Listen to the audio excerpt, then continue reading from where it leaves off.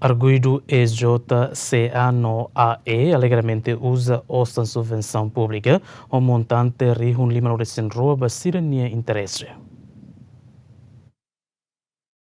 Tribunal Judicial Primeira Instância de Quartane realiza processo de julgamento do crime e abuso de confiança, nebe acusado do arguido na entolo, o seu partido Frente Mudança, o inicial EA CA no AE. Por acusação, o Ministério Público, arguido sira usa até osan subvenção pública partido união, o valor dólar americano rihun 500 rua, basira nem interesse. Ministério Público alega kata que retina rihun rua runulu recém-ida Comissão Nacional Eleição ato pedido ba Banco Benseteli ato halo transferência osan subvenção pública tina rihun rua runulu recém-ida usi coligação FDD ba conta bancária partido FM. Mas be arguido EA nebe nudar presidente interino partido FM nian hamutu ko arguido CA no arguida AE lo que fali conta bancária phone onde assegura osan rihun hat nulu recém ebe sirahalo levantamento e haloron ronulu recém hat fulang maio tina rihun rua ronulu recém-ida. O acto arguido na entolo niane Ministério Público acusa o crime abuso de confiança